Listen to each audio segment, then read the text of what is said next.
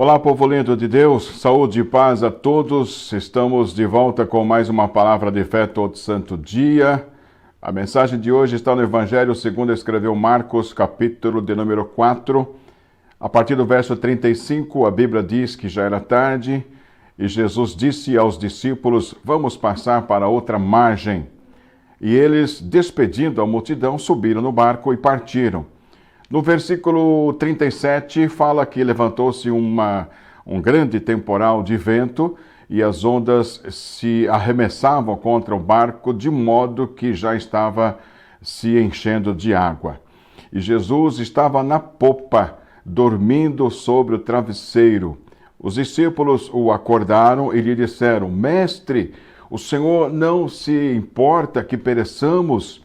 E ele, despertando, repreendeu o vento e disse ao mar: acalma-se, fica quieto. O vento se aquietou e tudo ficou calmo. Então Jesus lhes perguntou: por que vocês estão tão medrosos? Como é que ainda não têm fé? E eles, possuídos de grande temor, disseram uns aos outros: quem é este que até o vento e o mar lhe obedecem?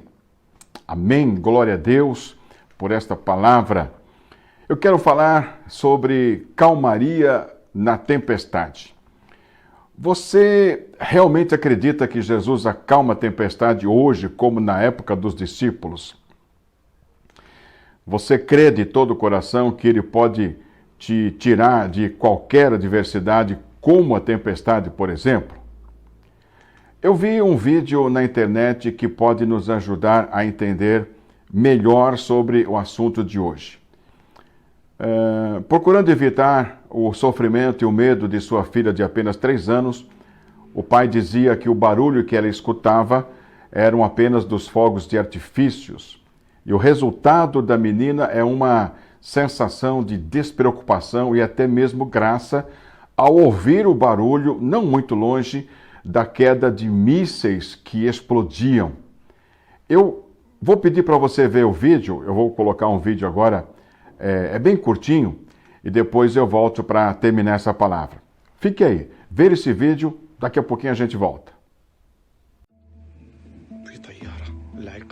Para aliviar o sofrimento da pequena Salwa, de apenas 3 anos, que vive na província de Idlib, uma das mais atingidas pelos bombardeios na Síria, o pai, Abdullah Mohammed, disse à filha que os disparos são fogos de artifício. Mohammed divulgou um vídeo em que Salwa, ao escutar um bombardeio, ao invés de chorar, olha para o pai e os dois começam a dar risadas.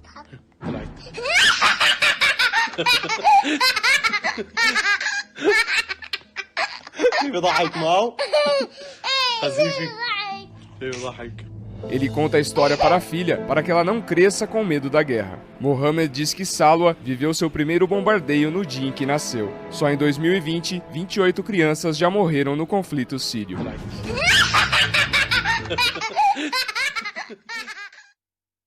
Por que a menina teve essa reação tão inusitada e total despreocupação?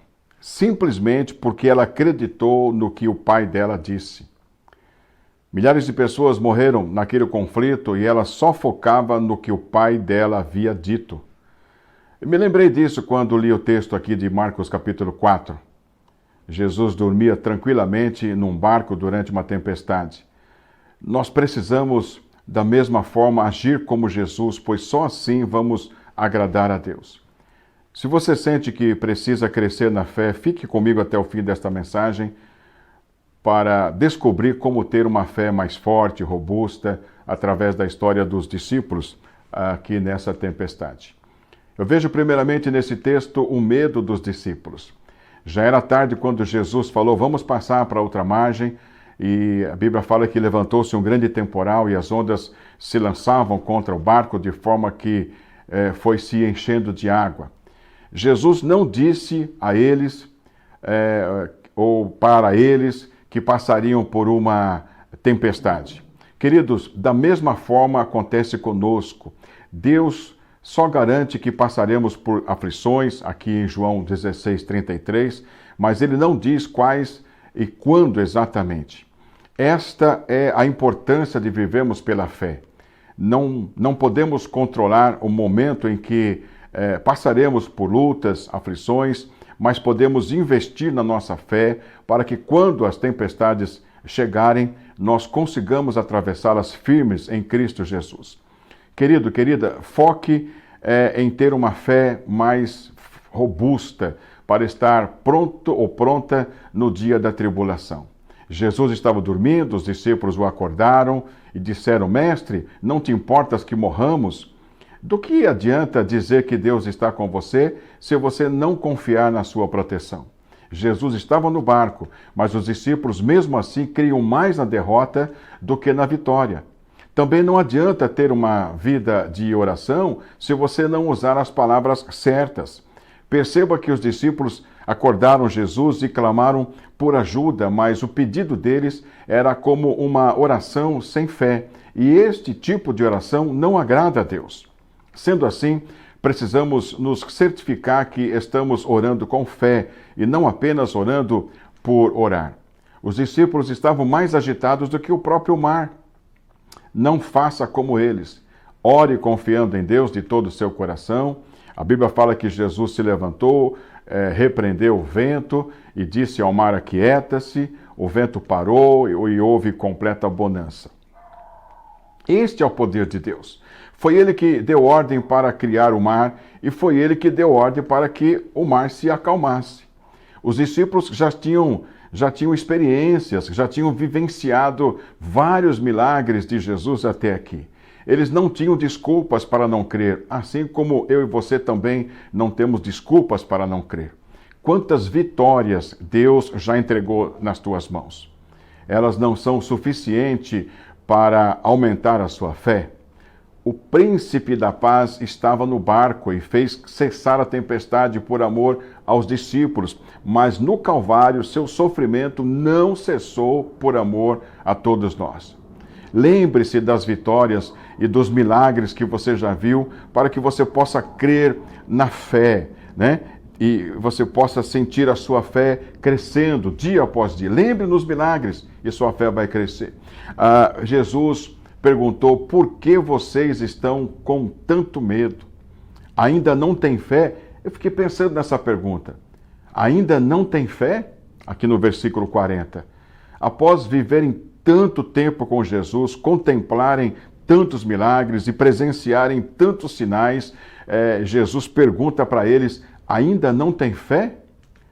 Se preocupe com a evolução da sua fé. Não temos mais tempo a perder. Nossa fé precisa crescer urgentemente. Os discípulos estavam apavorados e perguntaram uns aos outros: quem é este que até o mar e o vento lhe obedecem?